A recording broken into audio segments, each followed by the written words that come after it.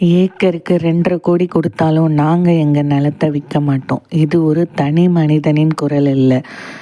12 வில்லேஜில் 4500 ஏக்கர் விவசாய நிலத்தில் விவசாயம் பண்ணுற ஒவ்வொரு விவசாயியின் குரலும் இதுவே. அப்படி இவங்க எதை எதிர்த்து தான் போராடுறாங்க? நான் சொல்கிறது பரந்தூர் வில்லேஜ் ப்ரொட்டஸ்ட்டை பற்றிங்க. 2 வருஷமாக இவங்களும் அமைதியாக போராடிக்கிட்டே இருக்காங்க. எதை தான் எடுத்து போராடுறாங்க வாங்க பார்க்கலாம். நான் உங்கள் Sathyapriya. Welcome back to my channel SPK stories and growth. நம்ம எல்லாருக்கும் தெரியுங்க, Chennai airport one of the இந்தியாவிலே busiest airport. Day to day லைஃப்பில் ஏர்போர்ட் யூஸ் பண்ணுறவங்க மக்கள் தொகை அதிகமாகிட்டே போகுது. அதனால் தமிழ்நாடு கவர்மெண்ட் என்ன டிசைட் இருக்காங்கன்னா இதுக்கப்புறம் இந்த ஒரு ஏர்போர்ட்டை வச்சு நம்மளால் மக்களுக்கு சர்வீஸ் ப்ரொவைட் பண்ணுறது கஷ்டம்னு பக்கத்துலேயே இன்னொரு ஏர்போர்ட்டை கட்டலான்னு முடிவு பண்ணுறாங்க. அதுக்கு அவங்க தேர்ந்தெடுக்கப்பட்ட இடம் தான் காஞ்சிபுரம் டிஸ்ட்ரிக்டில் இருக்கிற பரந்தூர். இதில் சுமார் 4500க்கும் மேற்பட்ட ஏக்கரை அவங்க செலக்ட் பண்ணியிருக்காங்க. இதில் 12 வில்லேஜும் அடங்கும். இங்கே பிரச்சனை என்னென்னா, இவங்க செலக்ட் பண்ண இடத்துல இருக்கிற அந்த ஏக்கரில் இருக்கிற நிலங்கள்லாம் பார்த்திங்கன்னா விவசாயம் பண்ணுற நிலங்கள். இதனால தான் பரந்தூர் மக்கள் ப்ரொட்டஸ்ட் பண்ணிக்கிட்டு இருக்காங்க. கடந்த 2 வருஷமாக அவங்க ப்ரொட்டஸ்ட் பண்ணிகிட்டு இருக்காங்க அமைதியாக. தமிழ்நாடு கவர்மெண்ட் சைட்லேருந்து இவங்கக்கிட்ட என்ன சொல்கிறாங்கன்னா, ஒரு ஏக்கருக்கு 35 லட்சத்துலேருந்து 2.5 கோடி வரைக்கும் நாங்கள் காசு தரோம். இது அதிகமாகவே நாங்கள் கொடுக்கப்படுற காசுன்னு அவங்க சொல்கிறாங்க.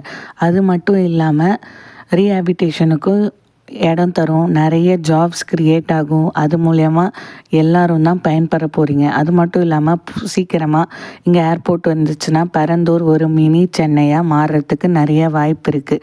அது கண்டிப்பாக இந்த இடத்துக்கும் இந்த சொசைட்டிக்கும் ஒரு டெவலப்மெண்ட்டும் ப்ராக்ரஸை நோக்கி போகுதுன்றதை தான் தமிழ்நாடு கவர்மெண்ட் இந்த மக்களிடம் தெரிவித்து கொள்கின்றனர். ஆனால் மக்கள் என்ன எதிர்பார்க்குறாங்கன்னா, அவங்களுக்கு ஃபஸ்ட்டு இவங்க கொடுக்குறேன்னு சொல்கிற காசு கம்மின்னு நினைக்கிறாங்க.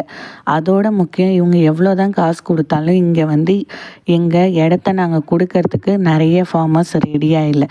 ஏன்னா இது அவங்க ஆன்சிஸ்டர் ப்ராப்பர்ட்டியிலேருந்து இந்த இடத்துல தான் இருக்காங்க. இங்கே அவங்க வெறும் விவசாயம் பண்ணலை.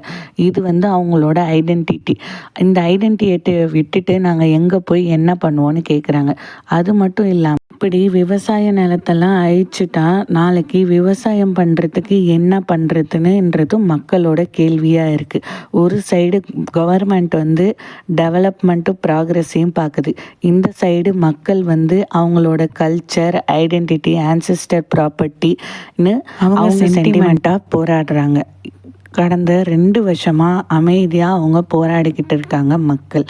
இதில் உங்கள் கருத்து என்னன்னு கமெண்ட்டில் சொல்லுங்கள் நண்பர்களே. இந்த வீடியோ உங்களுக்கு பிடிச்சிருந்தா அப்படியே சப்ஸ்கிரைப் பண்ணிக்கோங்க எஸ்பிகே ஸ்டோரிஸ் அண்ட் க்ரோத் சேனலை. நன்றி, வணக்கம்.